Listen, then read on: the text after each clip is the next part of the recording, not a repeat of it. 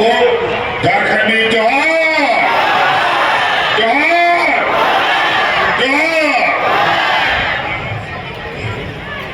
बहुत कम समय है, कई कार्यक्रमों में अभी हमें भी जाना है। मात्र 10-12 मिनट 15 मिनट के लिए हम आपके बीच में आए हैं। संक्षिप्त में अधिक बातें समझने का कोशिश कीजिएगा, क्योंकि यहाँ पर जो विपक्ष के लोग आए दिन झूठ का खाली लेकर के पूरा बड़कागांव विधानसभा में घूम रहे हैं और लोगों को दिग्भ्रमित कर रहे हैं और जुमले सुना रहे हैं। इन जुमलों से थोड़ा बचिएगा, क्योंकि इन लोगों ने पूरे देश के लोगों को ठगा, झारखंड के लोगों को ठगा, अब बड़कागांव के लोगों को ठगने की तैयारी चल रही है। सावधान रहिएगा।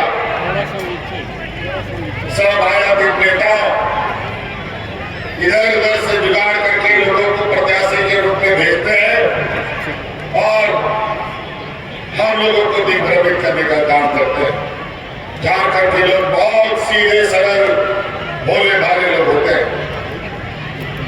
अभी 5 साल हम लोगों ने सरकार चलाया और आपकी स्थानीय विधायिका रही यमुना प्रसाद जी, हम सब महागठबंधन के लोगों ने फिर से इनको आपके बीच में प्रत्याशी के रूप में खड़ा किया। वो इसलिए खड़ा किया है कि विगत 5 साल मेरे सरकार के कार्यकाल में हमारा आपका नाक बड़कागांव के लिए यमुना प्रसाद जी ने काम किया। हमारे आपका नाम की जिम्मेवारी, बड़कागांव के लोगों के जिम्मेवारी हम इन्हीं के हाथ में सौंपना चाहते हैं, क्योंकि आपकी बात, आपकी जो समस्या है वो सीधे तौर पर हमारे तक आए। 5 सालों में इन्होंने आपके बड़कागांव की कई समस्याएं, चाहे खनिज संपदा की बात हो, माइनिंग की बात हो, विस्थापन की बात हो, सड़क बिजली पुल पुलिया की बात हो, बहुत सारी बातें लगातार ये प्रयासरत रही। कई चीजों में हम लोगों ने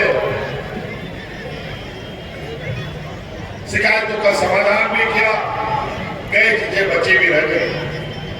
आपको पता है, हम लोग सरकार बनाए तो जितनी चुनौती हमारी सरकार ने देखा राज अलग होने के बाद, उतनी चुनौती किसी सरकार ने नहीं देखी। कोरोना जैसा महामारी आया, 2 साल 2.5 साल कोरोना लेके हम लोग का चला गया, कोई काम धाम नहीं, हाट बाजार गाड़ी मोटर सब बंद। ऐसे में घर में बैठ कर ताला लगा के बैठना पड़ा। उसके बाद जब हम लोग काम करने के लिए शुरू किया, हम लोगों ने अपना कदम बढ़ाना शुरू किया, तो यही भारतीय जनता पार्टी का लोग, यही विपक्ष के लोग हमें आपके लिए काम करने के लिए रोकते रहे। बहुत प्रयास हुआ, अब गिराओ सरकार, तब गिराओ सरकार, विधायक खरीदो बेचो, यही काम होता था। हमको आएगी छोटे आरोपों में ईडी सीबीआई कराता रहता था, जब उसमें नहीं सके तो जबरदस्ती हमको जेल में भी डाल दिया।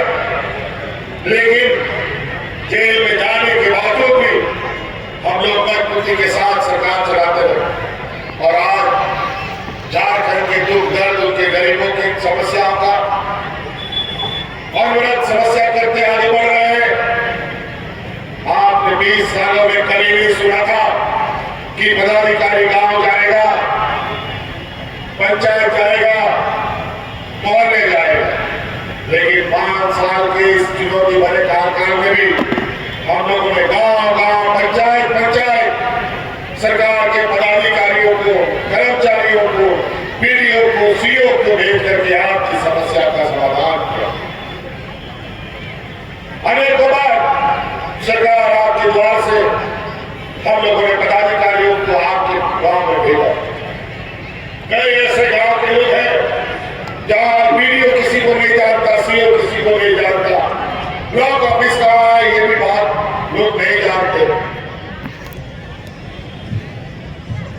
एससी एसटी की तो बात बहुत दूर, लेकिन अब हमने पहले भी कहा है सरकार में कि हमारी सरकार जो है रांची हेडक्वार्टर से नहीं गांव से चलने वाली सरकार है।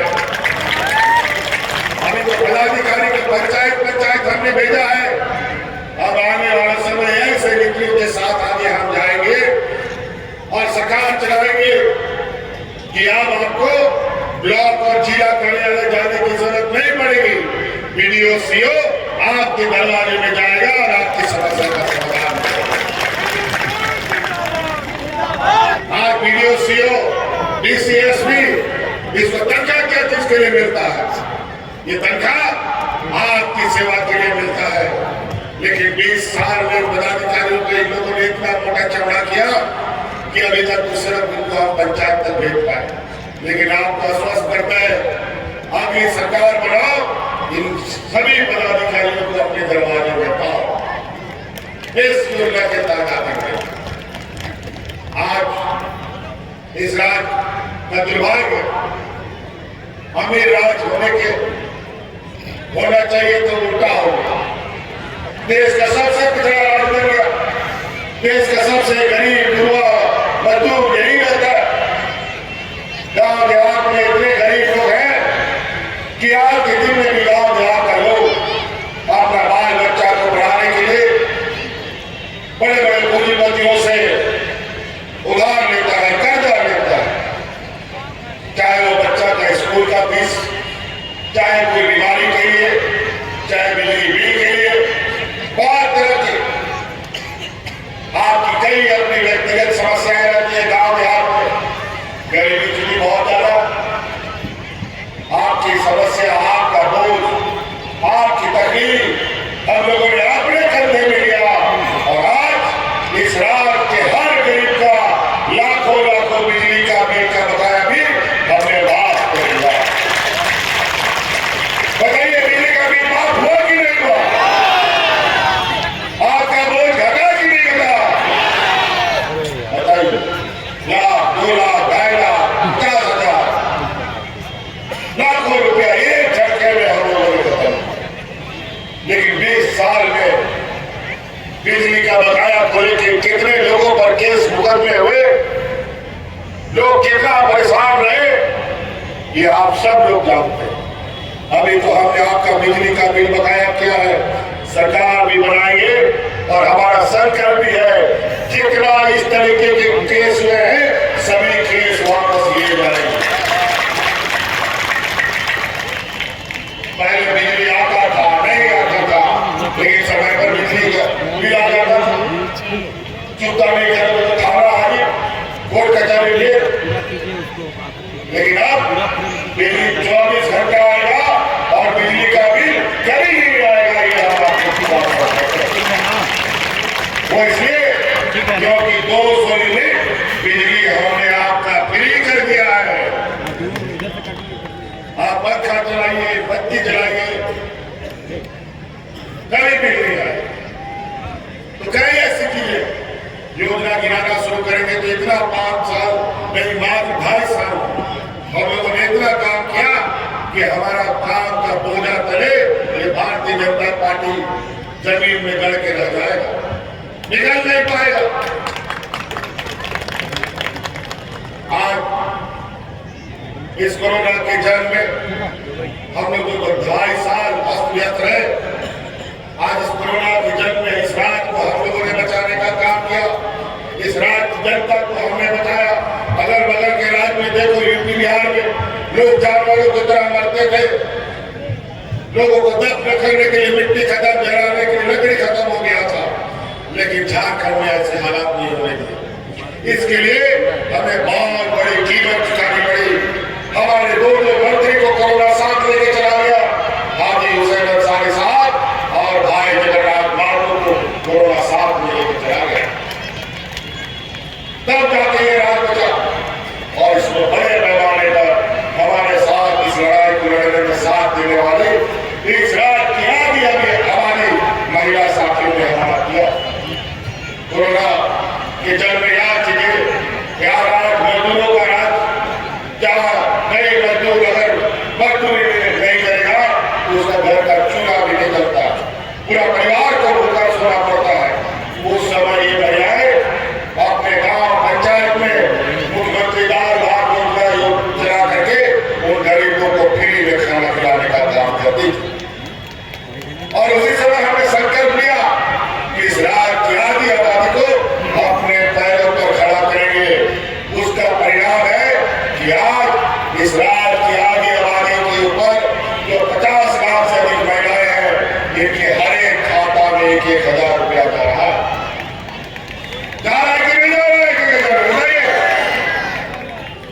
और हमने संकल्प लिया है फिर से अम्मा प्रसाद जी को चुना दिखाओ और आपके खाते में 5 साल के अंदर 1-1 लाख रुपया पहुंचाने का आपको वादा करते हैं। पहला कदम अब 1,000 रुपया आपके खाता में जा रहा है। दूसरा कदम हमने निर्णय सरकार में ले लिया है, दिसंबर में जो 1,000 रुपया आपके खाते में जा रहा है वो बढ़ करके 2,500 रुपया हो जाएगा।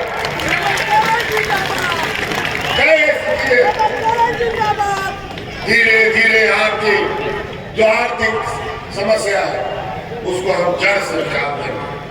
और गांव में जो भूखमरी गरीबी कुंडली मार के बैठा है उसको हम सब लोग मिलकर एकजुट होकर जड़ से बाहर निकालने का काम करेंगे। तो साथियों, हमारे बीच कई ऐसे लोग, अभी भारतीय जनता पार्टी का बात ये लोग आके बोलता है रोटी बेटी माटी, वो हमें बताना है क्या बात करेगा ये लोग रोटी बेटी माटी के बारे में। ये लोग तो सबसे अधिक लुटेरे रोटी बेटी माटी के बारे में, सबसे बड़ा लुटेरा ये लोग। बेटी का बात करता है, यहाँ साहब का मुख्यमंत्री बन रहा है 1 साल से, सुपारी ले रखा है इसका सरकार को गिराने का, लेकिन सरकार को गिरा नहीं, लेकिन 23 तारीख को उसको धकेल के वापस आसाम भेजने का काम करेंगे। अगर वो हिम्मत है तो यहाँ भी ये लोग मजबूती से खड़ा 1 साल दुनिया बाल नहीं डाला करना है। आज इसके सर पर 50 लाख से अधिक गरीब महिलाओं का आशीर्वाद, आज इस राज्य की 50 लाख हमारी आंगनबाड़ी सेविका सहायिका का आशीर्वाद, आज जिसके ऊपर कर्मचारियों का जिसको हमने ओपीएस दिया है उसका आशीर्वाद हो, और जिस शहर के ऊपर इस राज्य की बेटियों का आशीर्वाद हो, जिस राज्य के ऊपर यहाँ के बुरा बुजुर्ग का आशीर्वाद हो, उसका कोई बात बाका नहीं करता। और आज ये लोग बेटी की बात करते हैं, पूछिए नॉर्थ ईस्ट डेवलपमेंट अथॉरिटी का चेयरमैन है, असम में क्या हो रहा, मणिपुर में क्या हो रहा, वहां के आदिवासी महिलाओं को कैसे उनके साथ चीन हरण हो रहा है। और बेटी का बात करता है यहाँ पर, वो जो उसको गुजरात में बिल्किस बानो के रेपिस्ट लोगों को चुनाव में पेरोल में भेज के वोट कौन मांगता है, पूछो। यहाँ पर पंजाब में राम रहीम जो बलात्कार के आरोप में जेल में है, उसको चुनाव में पेरोल में बाहर निकाल करके कौन वोट मांगता है। और यह माटी का बात करता है, बेटी का बात करता है। और रोटी की बात, ये डबल इंजन की सरकार,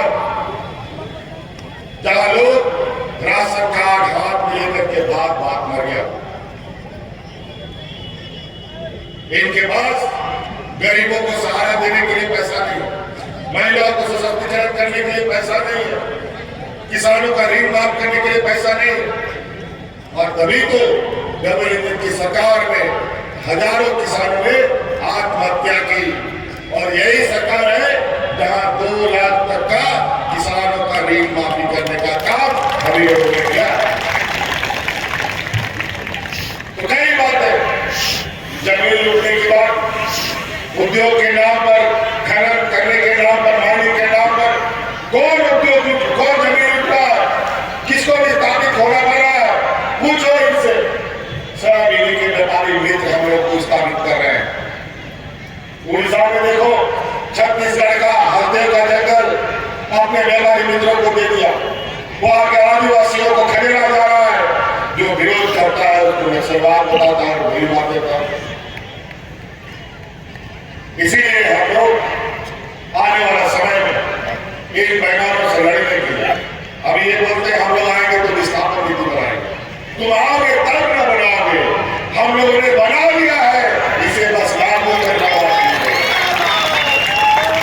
एक हिसाब लेंगे, अभी कोयला कंपनियों से 1,36,000 करोड़ रुपए का बकाया हमने निकाला, वो भी निकालेंगे और आने वाला समय में कितने खनिज संपदा है उनसे बाय हिसाब लेंगे और यहाँ के विस्थापित लोगों के बीच में वो सभी राशियों को बांटने का काम किया जाए। कोई गरीबी नहीं रहेगी। बनाते बयान को बाबा बयान इस्लाम आदि बुलेट मारे को एक नंबर एटीएम मशीन नंबर एक नंबर और कोई कंफ्यूजन नहीं है। और निश्चित रूप से